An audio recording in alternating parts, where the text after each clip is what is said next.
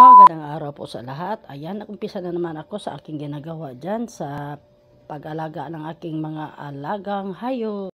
At siyempre po, oras na po na pakainin natin ang ating mga alaga dahil po ay talagang once a day lang yan pakainin. At pagkatapos niya, nilinis ko po ang kanilang mga kulungan at siyempre maraming mga dumi nila, no? Di natin maiwasan at saka mga at ang kanilang mga ihi, mga kainday. At nakita natin ang aking kabisihan dyan, ang inyong inday. Alam nyo po, kailangan talaga, kahit mga ganyan po sila, kailangan po natin alagaan at linisan ang kanilang kulungan. Ayan po, nagsobra na po talaga ang mga plastic dyan ay nagagaling sa kanilang mga pagkain.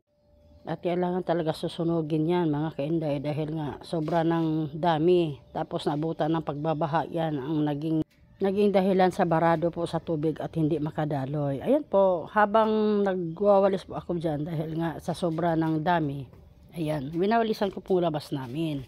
At siyempre po, araw-araw po tayo maglilinis sa ating mga bakuran. Kasi po, kung hindi natin linisin, talagang sigurado, ang daming mga uod sigurado yan, mga kainday. At siyempre, always tayong maglinis. Ayan, natatapon po ako ng pampers ng aking apupay.